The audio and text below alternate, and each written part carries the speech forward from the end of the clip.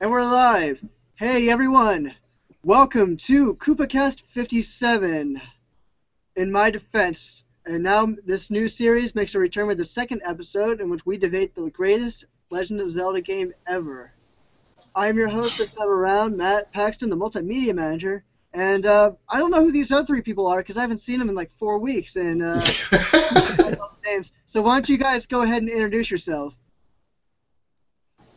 Well, I'm Justin Sharp. I'm the founder and editor-in-chief of PureNintendo magazine, and yeah, it's good to be back. I'm Justin J. Money, and I'm the assistant editor for P&M and PureNintendo, and kind of feel the same. Nice to be back. Hey, I'm Trevor, and I'm just a writer, and that's great. I love writing for PureNintendo and hanging out with these guys. Great to be here. And before we get started in our Zelda debate, I will let you know that if you want to ask us any kind of questions, you could always drop us a line on our personal Twitter handles. As you can see, we have them right below in our brand new banners. So you go ahead and tweet us any questions you have for us using the hashtag KoopaKast. And we'll be sure to answer that live online. All right. Now, for those of you who don't know, if you go check out our post on PureNintendo.com, you'll see who is defending which game. I am here to defend Legend of Zelda Majora's Mask for the Nintendo 64. Justin Sharp is going to defend Legend of Zelda The Twilight Princess for GameCube and Wii. And Jay Money will be defending Wind Waker for GameCube. And Trevor will be defending A Link Between Worlds, which was Zelda's latest game for the 3DS. So, the real question is, which one of us wants to go first? Maybe first in order of release, maybe. Okay. All right, fine. We'll get the best out of the way. I mean, why not have the number one game be the number one first one to be discussed? There you go. So, I have decided to pick, and as you can see behind me, with our File 1 Groose, I have decided to defend Legend of Zelda Majora's Mask for the Nintendo 64, a game that was released in right after Ocarina of Time, which is considered one of the greatest games of all time. Obviously, nobody defended it, so maybe that's up for debate nowadays. Maybe we all thought everyone else was going to defend it. Yeah, I think so. But here we I lost track of my thought there. But this game was developed in only 18 months, and it was using many of the previous resources that were used for Ocarina of Time, and of course everything was a little bit of enhanced, and just a little bit after that too, using the Nintendo 64 expansion pack. It sold worldwide 3.36 million copies, which is actually half of what Ocarina of Time sold. So it's also considered one of those underappreciated classics, which is probably another reason why I decided to defend it, because I like to defend things like that. If there wasn't going to be Majora's, I was probably going to be defending Wind Waker or Link's Awakening, because I like the underdog. But I decided to defend Majora's Mask because it's definitely one of the only Zelda games that I can think of where the game really wants me to care about the townspeople themselves, as characters. Whereas, maybe in the previous Zelda games, yeah, we all gotta save Hyrule, but the people were kind of just there, to help you along the way, to give quests or whatever like that. Oh, I'm gonna get a bottle from Andrew, or I gotta deliver the Keaton mask to the guard who's guarding Death Mountain, and it's like, yeah, they're there, but you immediately forget about them, after you pass them by. But in Majora's Mask, you see them all the time, and the recurring 3-day cycle. You kind of see how each character lives their lives throughout these 3 days and how they're going to kind of cope with the moon crashing. And that definitely puts an emotional touch on a Zelda game, which we haven't seen before, and I almost want to debate since. Maybe we see kind of some of that stuff in, Twilight Princess and Skyward Sword, but I don't think it really kind of touched as much as it did in Majora's Mask. This was definitely a game that I felt very invested and really wanted to save the townspeople of Termina. A lot of people, they kind of poo-poo the 3-day system, where you kind of reverse time, every 3 days, and you kind of lose, quote unquote, lose all your progress. But you kind of get used to it, and you see the little workarounds.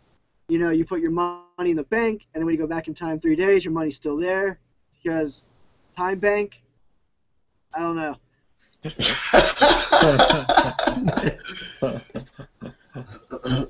got to go, and you get to kind of solve the world's, all the various problems, and within the 3 days. And if you don't have enough time, then you just go back in time, which I never really felt like I had a huge problem with time constraints.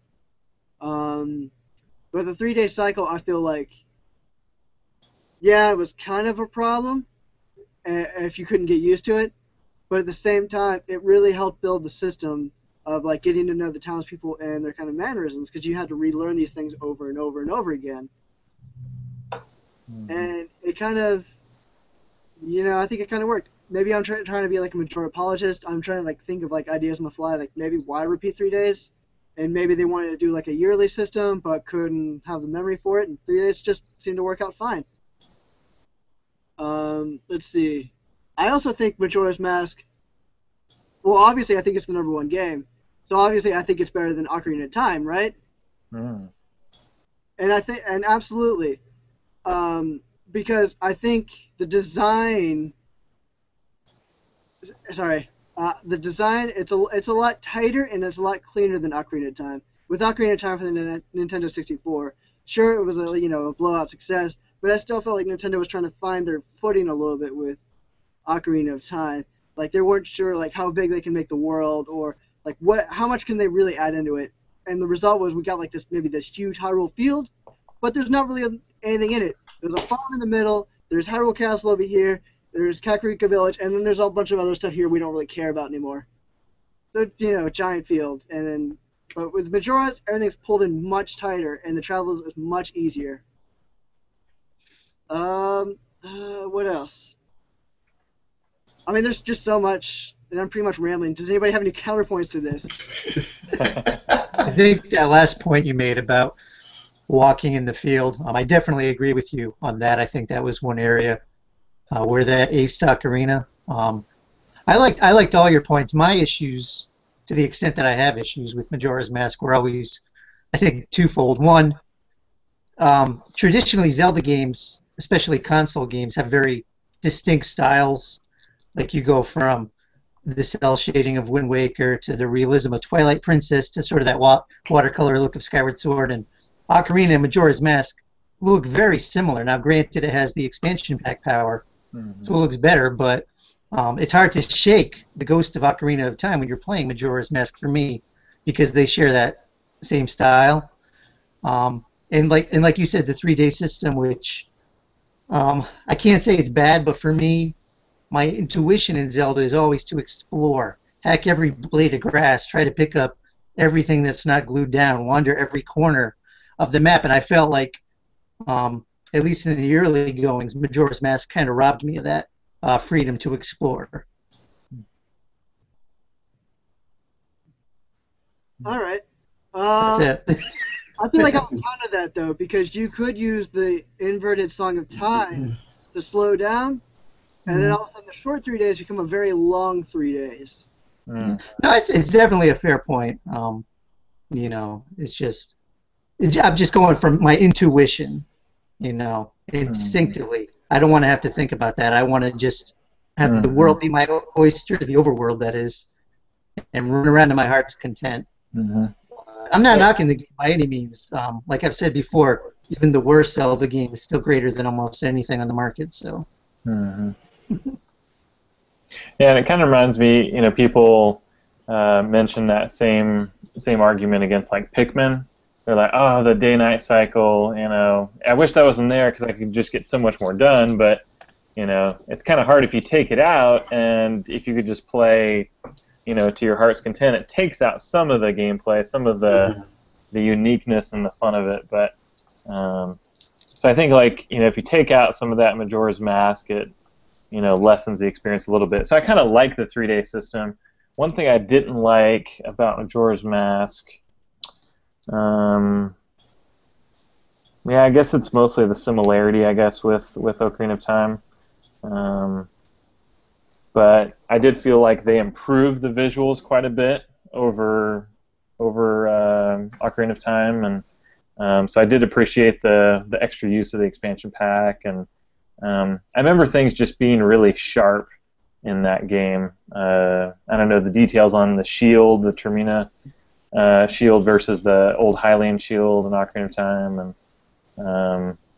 I love the transformations, transforming into Deku Link and Zora Link and Goron Link. I thought that was a cool element to bring in.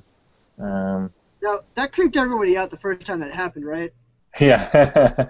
Well, yeah, it is kind of crazy when it happens. The way they do the transformation, it's kind of.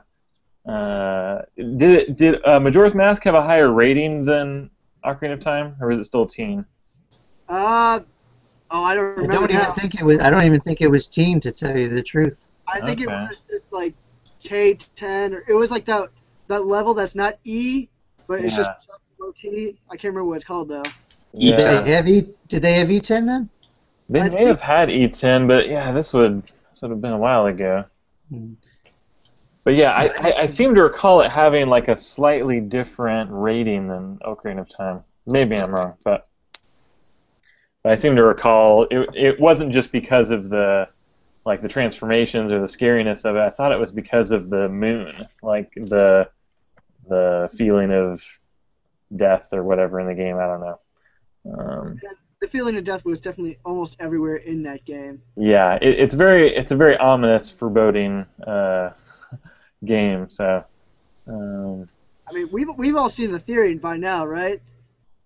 Yeah. Where it's just Link getting lost in the Lost Woods, and this is all in his mind right before he becomes a Stalfos. Ah, yes. Mm-hmm. Yeah. And then that it was rated E. Majora's Mask was rated E. Okay. Yeah. But I would argue that it's more of a teen game than even Twilight Princess. Yeah. Just for the tone. There were more stabbings in Twilight Princess, and then that one neck break, that was kind of... But, yeah, otherwise Majora's Mask was definitely just like this somber game. It had a creep factor that the other games didn't have. Yeah. Like, the first object that you come across after, like, becoming the Deku Shrub is that twisted, like, tree corpse of the butler's son. Oh, yes. Yeah.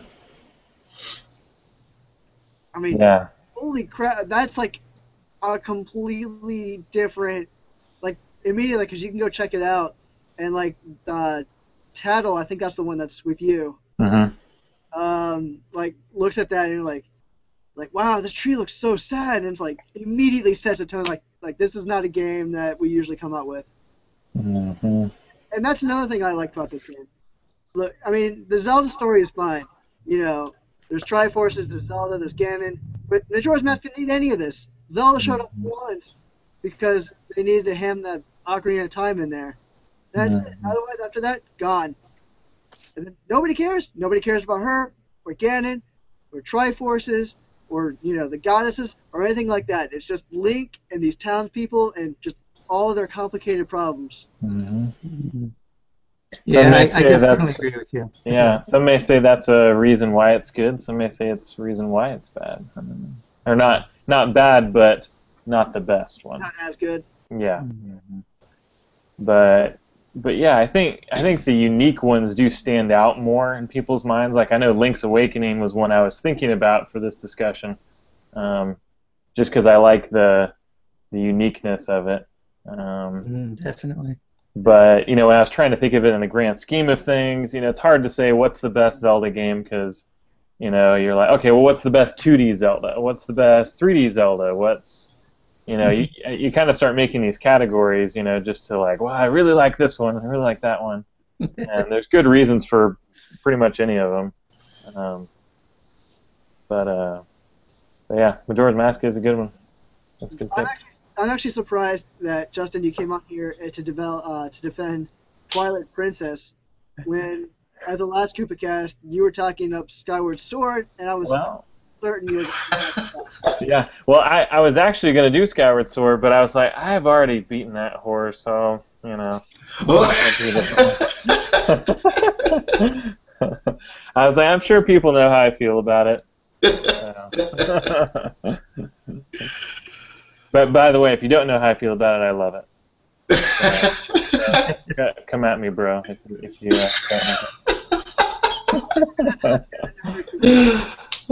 huh? What was that, Matt? I said I think we're gonna have to have yet another Koopa Kast and figure out if Skyward Sword is good or bad. Yes. We could do it as part of like a Let's Play or something. Oh, we could. We could have the discussion of Let's Play. I'll write that down. I had that on my short list, but I thought you were taking it, Justin. I could easily talk Skyward Sword. Yeah. Hey, well, maybe we'll all get on Skyward Sword bandwagon. I like this. No. Now. Yeah. But all right. Well, that's about Majora's Mask time. We got to move along here. We got to keep this train rolling. Yeah. Or should I say boat sailing, because J Money has to defend Wind Waker. There we go. Woohoo! All right, take the floor. I haven't really gotten in many Legend of Zelda games. Actually, I've only played very few. But I guess Wind Waker, out of the few that I have played, is the one that really kind of drew me in. And I don't know if it's because the cel-shading graphics or if it's just because of the change in gameplay, because you do more sailing in a big sea rather than traversing a lot of land. I don't know what it was about Wind Waker, but I found myself engrossed in the gameplay a lot more in that game than any of the other Legend of Zelda games I played. I really enjoy the cel-shaded graphics, despite kind of the flack they got when it was first announced. I think it's kind of a good contrast against some of the past Zelda games, just to kind of do something a little different. Because even though visuals don't necessarily impact gameplay that much, the change in visuals can kind of change the whole experience in general. I guess I don't have too much more to say, because the gameplay and stuff is basically the same as any other Legend of Zelda game, where it's kind of based on exploration, and even more so since you're kind of traveling the sea. But they did add one big change in swordsmanship, if you remember, which is that counterattack, which we haven't seen in any previous Zelda. Yeah. Where like Link sword moves moved away from just slashing and stabbing to dodging and countering. Yeah, that was definitely fun. Yeah, the swordplay was definitely improved, and I actually really liked the element where you could pick up enemy swords, and like I think even in the first dungeon you have to pick up one of the enemy swords to cut down the real thick wood that's blocking certain paths. Yeah. So like some of those elements are really fun. It felt like the world there was more interactable objects. You know, you're picking up all the pots. You can throw the water jugs into the lava. I mean, there was a lot more you could experience with the world, I felt. And I loved the subtle effects. Like if you had like a lit torch in a cave in Wind Waker, just the subtle lighting and shadows and reflections of the light in the dark caves. That was a highlight. So. And I never played the original, but the remake on the Wii U, which is the one that I've played, is incredible. Yeah. Yeah, everything just looks so crisp, and I think a Wind Waker is just a happy Zelda. You know, coming off Majora's Mask, which was very dark. You know, it's a bright world where, you know, Link's this plucky young, you know, well, basically like a pirate at the start.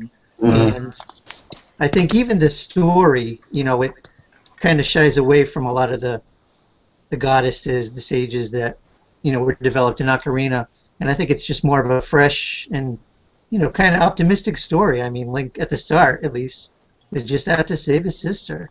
I found it refreshing, and yeah, I like that about Wind Waker too. That you don't really know it's a Zelda game until you get into it more. You're like, well, where's, because a lot of the previous ones have set the expectation of Ganon being in there.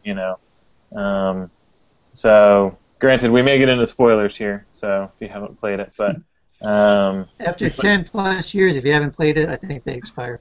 Okay. There's no spoiler warnings here, but I just remember thinking, like, because they set up the expectation, hey, you're just saving your sister, go save your sister, and so I thought that was a cool departure.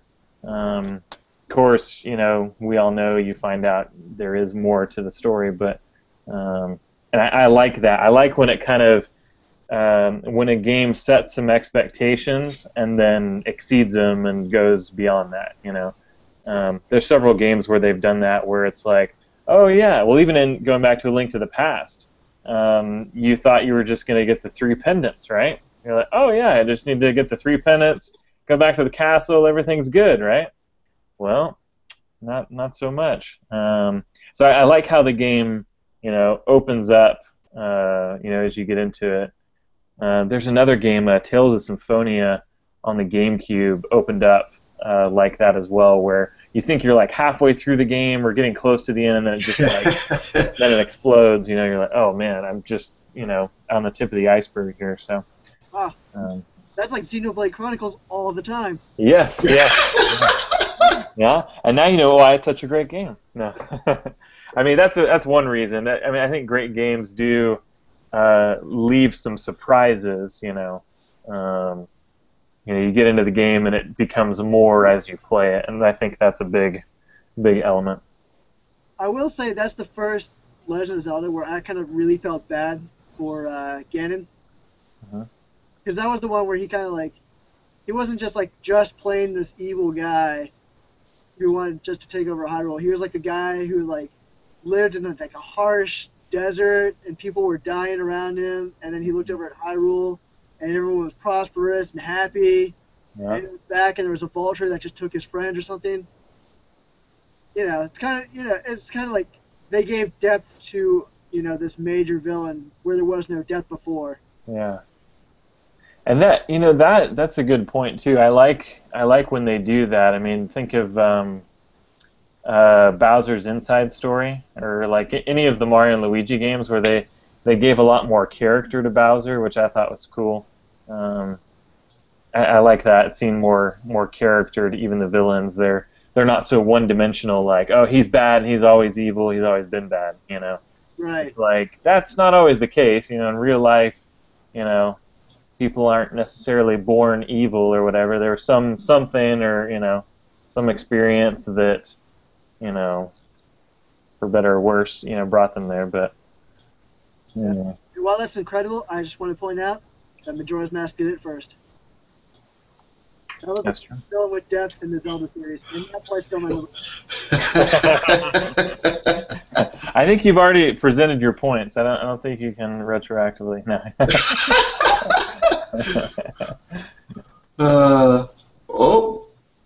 Lost Trevor. Trevor. No. That's okay. I'm next, right? And he's last. Yeah, Twilight Princess. Okay. Well, I'll go ahead and get started on Twilight Princess. Maybe he'll hop back in. So yeah, Twilight Princess. You're probably wondering why I selected Twilight Princess. I sure am. Well, it's kind of interesting. I mean, Skyward Sword I've definitely defended, and I love Skyward Sword. Twilight Princess, most would probably dock Twilight Princess for the Wii controls, kind of the waggle sword play that they introduced. Not really, fully implemented like in Skyward Sword, just kind of like, hey, let's tack this on, see if it'll be a cool little element. And admittedly, some of it was a good addition to the game, like the bow and arrow and things like that. But we can't forget that it also did come out on the GameCube, so there is an option where that's not a main part of the game. You can still play it just like you would Wind Waker or Ocarina of Time. I think one thing where Twilight Princess stands out for me is the visual style. And I know a lot of people go back to Ocarina of Time as their favorite Zelda game. And I think most of the reason is, I mean, it really, kind of set the bar for games like it in the future. Kind of like Mario 64. When Mario 64 came out, no one had done a 3D platformer quite like it. It was kind of in uncharted territory. And same with Ocarina of Time. It really, kind of established what games like that would be from that point forward. But I think what Twilight Princess did, it was going for that realistic style, which Ocarina of Time was going for. It's not, deliberately cel-shaded or, kind of a different style. It was trying to be the best graphics it could at the time. Twilight Princess was doing the same thing. So I feel like Twilight Princess is kind of like, hey, this is not the grown-up version of Ocarina of Time, but kind of the evolution of Ocarina of Time. And since Ocarina of Time is, listed by most to be the best Zelda game, I was like, well, how about the one that has better graphics, more dungeons, and a better variety? So that's one reason why I chose Twilight Princess. Really, the dungeons in Twilight Princess were awesome. I loved the Sky Temple. The Snow Temple is a highlight for me, just because it's a different type of a dungeon. You've got more puzzles. You've got that intrigue going on with Yetta and Yeto, I think was their names. Yep. And you're kind of assembling that pumpkin soup as you go throughout, and you can come back and replenish your hearts as you're going through. You have some of the interactive environments with the cannonball that you're bringing through different parts of the dungeon as you're going through. So I really like those elements. And one knock against Skyward Sword, and one reason why I didn't pick it was the dungeons were not as great in Skyward Sword. One of the good ones is the Ancient Cistern. I really like that one in the boss battle. But there wasn't as much variety. In Twilight Princess, you've got snow levels, desert, sky, forest, fire, water. You've got all the ones you're used to and then some. So just the sheer scope of the world and how, like I was mentioning before, how the world just keeps evolving and getting bigger. I really liked how Twilight Princess unfolded. And I like the unique items in Twilight Princess. I like the ball and chain. I like the spinner item that they introduced. So I don't know. I like lots of elements about it. I gotta say, I liked the design of that ice temple, the mansion. Mm-hmm. It was like a dungeon you didn't know was a dungeon. Right. And I like that, but professionally. Personally, I hated that place so much and could not like it. That stupid sliding ice puzzle was the worst. Yes. Yeah. But yeah, and I felt like that was definitely like, that's the first time that Zelda felt like, to me, like I had a giant world to explore. Mm-hmm. Like Wind Waker was a close second on that for me, but I think it was just too much ocean. Mm-hmm. If there was more land, then I feel like I'd be exploring more. But with Twilight Princess, definitely felt like there was really good. That's the right amount of exploration for me. Yeah, and I know a lot of people would say that it was a big open world, but a lot of it was empty. I know a lot of us, when you get out to, what's that big main area of the field next to the bridge, where you end up fighting on horseback there quite a bit, but it's pretty barren. Tough. Yeah. So I could definitely see that. It's a large world, but it is pretty, flat, cut and dry. There's not a whole lot of variety, but there still was a lot to explore. I felt a lot of cool caves, especially near the bridge there, that you could explore. But yeah, I felt like for the time, it was kind of a culmination for Zelda, and I felt like they did a great job with it. So. And I think it was cool geographically because like areas flowed into other areas, whereas Yeah. like the previous ones, like not Wind Waker, but the previous Zeldas before that, where it was all on land. Mm-hmm. Like all the areas just kind of led to a central hub that was Hyrule Field, versus this one, you go to like the Zora area, but if you take a right, then you're in the mountains. Yeah. You follow down the stream, then you're in Kakariko or something. I can't even remember it all, but Yeah. There's more. It's more organic rather than having like discrete zones or like, oh, this is where the ice is, or you have more. And that's what makes me excited about the new Zelda.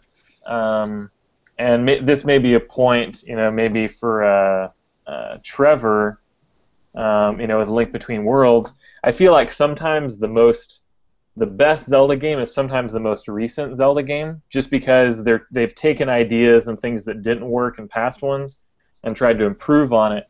And I feel like the new Zelda game could take, maybe things we didn't like about Twilight Princess, like maybe, hopefully they're going to have more depth to the landscape and more things to do, in addition to all the dungeons and all the exploration you had in the old ones.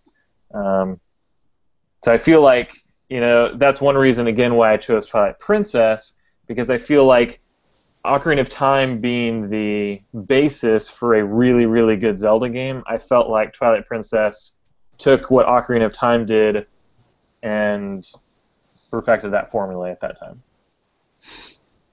Yeah, just to expand on one of the points you made about Twilight Princess kind of feeling maybe barren, the overworld. Yeah. I think one of the things, and I think Skyward Sword actually addressed that nicely, is compared to the 2D Zeldas, a lot of the early 3D ones had less of that overworld combat. The 2D Zelda, every screen you had enemies to fight. Twilight Princess, there wasn't a lot of that, and I think that's one area that Skyward Sword addressed, because it felt like there was a steady flow of enemies. Granted, the dungeons, the overworld was a little bit blurred, but it ties into what you were saying about how each one improves on different things. Yeah, definitely. though I hope we don't see anything like collecting those spirit tears again. That got to be a little bit much. Yeah.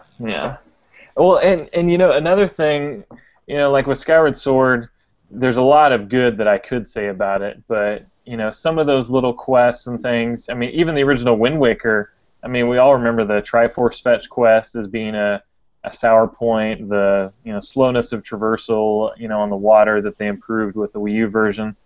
Tingle was a miser.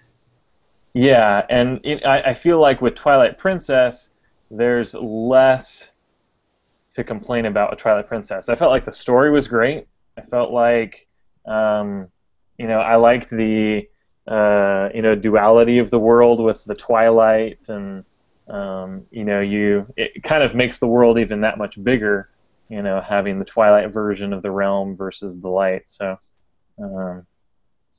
yeah. I could agree with those points. Yeah. It almost sounds like, I don't know, Twilight Princess is maybe a little bit better than Wind Waker. Let's not get carried away. I don't know. You're driving home some good points, and yeah, and I mean, I'm obviously just trying to prove my point of Twilight Princess, but I still love Skyward Sword, still love Ocarina of Time, I love Wind Waker, and Link Between Worlds. I'm excited to hear what Trevor has to say on that too. So. Well, like you said, I think it's hard to say what is the best Zelda game, because I think that's what Nintendo does, is like they look at their previous game, what worked, what didn't, and they kind of take out what didn't work or try and improve on it, and just bring over what everybody liked. And yeah, and like I mentioned, ideally the best Zelda game should be the newest Zelda game.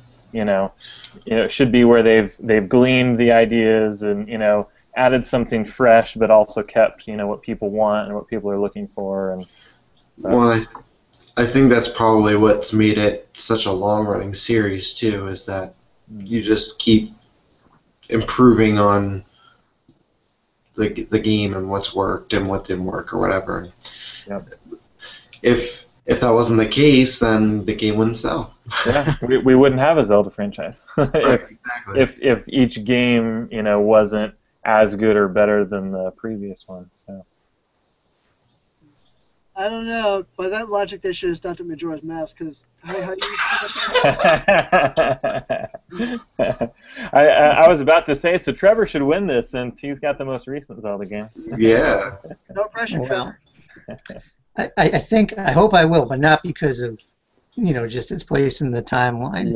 Yeah. But it's actually it's a nice segue what you were talking about on, building upon what worked. And I think one of the big things A Link Between Worlds has going for it is its foundation is a link to the past, which very good foundation. Is up there, I think, with Ocarina in terms of argument for the best Zelda ever. I would say definitely the best 2D Zelda. And so you have that familiar world to tap into the nostalgia, and yet you have all these new elements, expanded elements. Like I remember in A Link to the Past, that was the first Zelda that really gave that kind of sense of height and depth, like you'd be up on a bridge and you could look down far below or see different layers. And A Link Between Worlds, thanks to the power of the 3DS, was able to really expand upon that, work that into the puzzles. They're no longer, these flat things. You can shoot up to a screen and actually do it. It's not a transition, a load, whatever. They were able to work these things into the environment. I think it gave the familiar setting. We looked upon it with, wow, this is different. The first time you went flat against a wall and walked around a corner, it's like, oh, wow. I remember the first dungeon. Not that that's an especially difficult game, but it took me a while just to wrap my head around that new mechanic. And I thought that was great. Another big thing I think it has going for it is the non-linear nature of it. Really, with the exception of maybe the original NES Zelda, I think Zelda games as a rule are very, kind of scripted. You go from dungeon to dungeon, and not knocking that, because that allows for good story flow. But I think even though A Link Between Worlds has story, it sort of jettisons a lot of the, I want to say, the baggage that some of the Zelda games have gotten. Like, as fond as I am of Skyward Sword, it was a little bit heavy-handed with some of the pseudo-religious elements, their whole place within. And granted, it was sort of an origin story, so it kind of had to be. But A Link Between Worlds, I think, is more focused on gameplay, on combat, on puzzles. And so you could hop from dungeon to dungeon if you want to try playing without a certain item. I think it really opened up a lot of possibilities. You could make it as challenging as you want it, because a lot of people will always gripe that Zelda, no matter how hard, is too easy. So you had that challenge catered, but at the same time, newer people, casual people, they had the goggles if they wanted an easier time. They sort of catered to both worlds. And I think that's really what A Link Between Worlds did. It kind of bridged, a divide between the 2D camp versus the 3D camp, or, this type of Zelda versus that type of Zelda. I think it really, sort of bridged that. So no matter where your loyalties lie, you're like, wow, this is a great game. And I think one of the big points is the whole breaking of the non-linear. Yeah, I think out of all the aspects of the most recent Zelda game, that's something that they should probably bring over to the new Zelda game for the Wii U, is kind of breaking that linear approach to the game and letting players decide how they want to approach it. I saw a really cool, this is speaking about the new Zelda game for next year, but it was a picture of when, that gameplay video they showed of Link coming up onto that precipice with the sun setting. And someone posted a picture from the original NES Zelda, the manual that had kind of some of the original artwork, and it showed Link, and he was kneeling down on a precipice, and he was looking out towards the sunset. And so I was like, oh, that's cool. So again, I guess I'm trying to reinforce my point about Twilight Princess, but again, going back, I feel like Twilight Princess built on Ocarina of Time. I guess like what Trevor's saying, Link Between Worlds built on a great game like A Link to the Past and made, arguably a better game. Granted, it still has its place. Link to the Past is great, but it improved on a lot of the things. It added a lot of the new depth, that they couldn't do at the time. Not that retro games are, any diminished in any way, but we can do a lot more now, and if that experience, immerses people a little bit more, then maybe it's a little bit better of a game. Yeah, I definitely think with like A Link Between Worlds, if your primary draw to Zelda is story, then maybe this is not going to be at the top of your list. But I think if the primary appeal is the gameplay, the enemies, the puzzles, the dungeons, I think you're really hard pressed to top A Link Between Worlds. I think they put their focus where it really needed to play, is just building, a game with great mechanics. And I think, especially for a handheld Zelda, I think that's the way to go. Console Zeldas are more, apt to have a grander tale, story, whatnot. But I think for a more focused handheld effort, I think they just nailed it. Mm-hmm.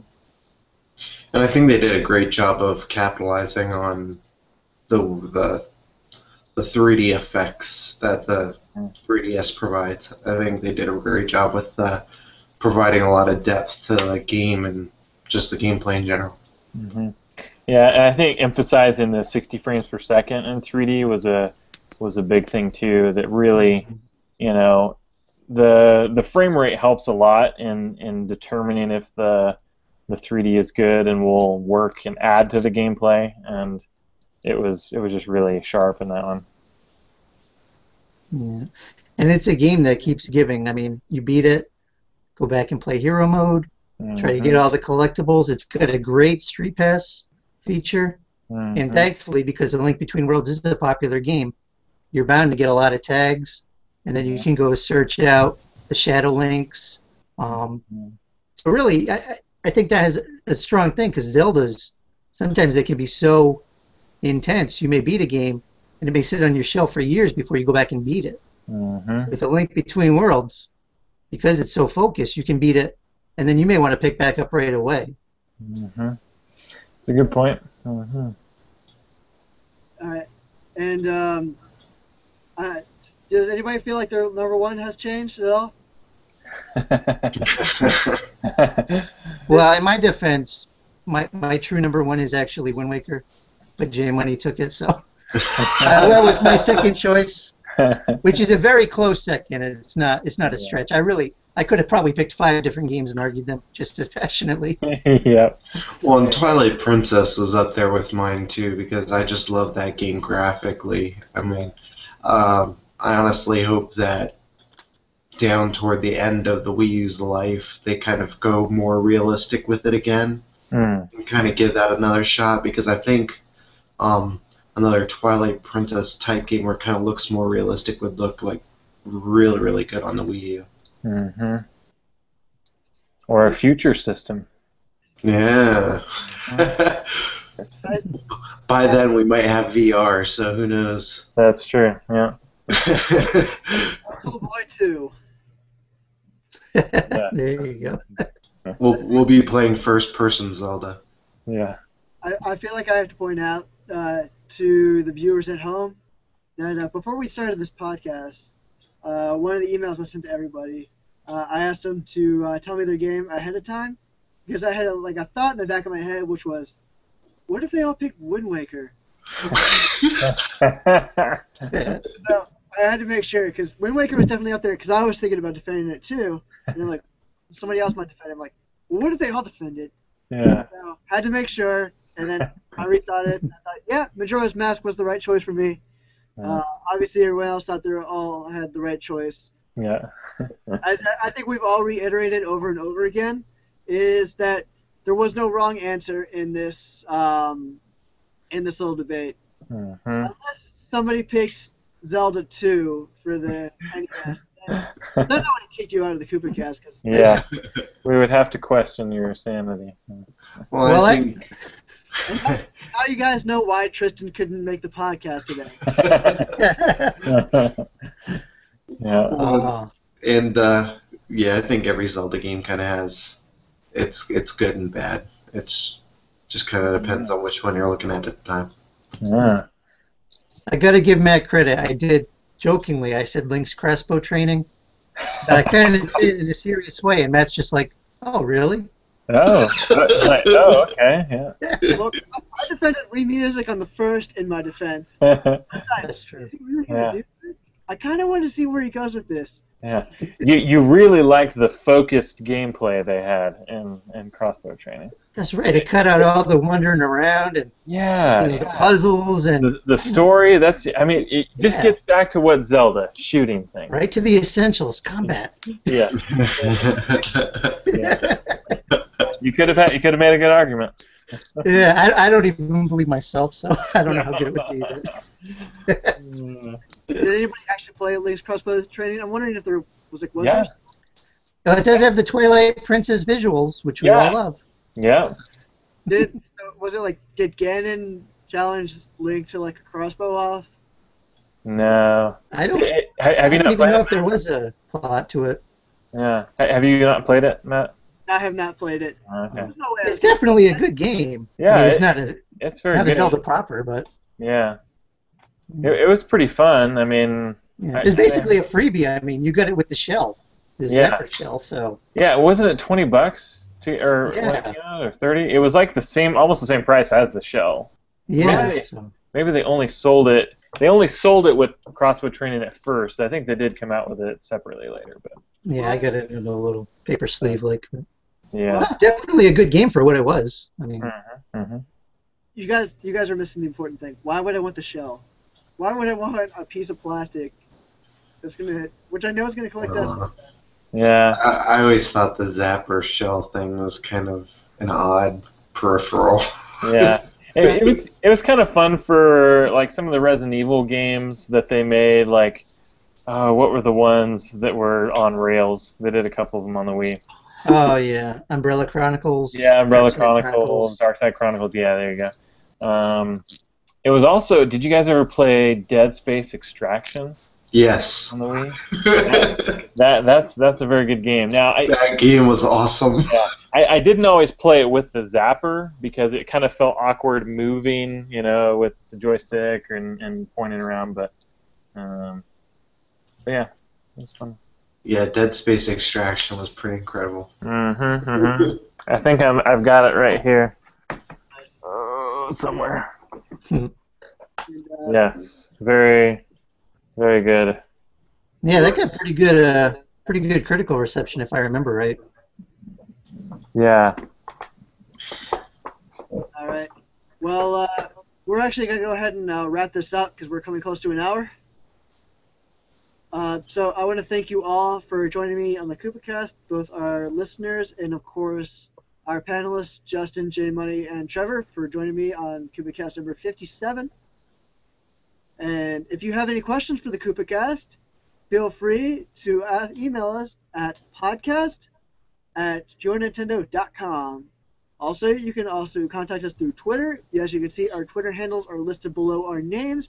Or you can check out the staff page on PureNintendo.com and see our Twitter handles there. And if you have any personal questions like how come nobody did Link to the Past or Majora's Mask being the best game ever, feel free to drop us a line. We'll be happy to talk with you about that. And let's get straight why Majora's Mask is the best game of all time. But in the meantime, we will see you 2 weeks from now. So, bye, all. Take care, guys. Bye.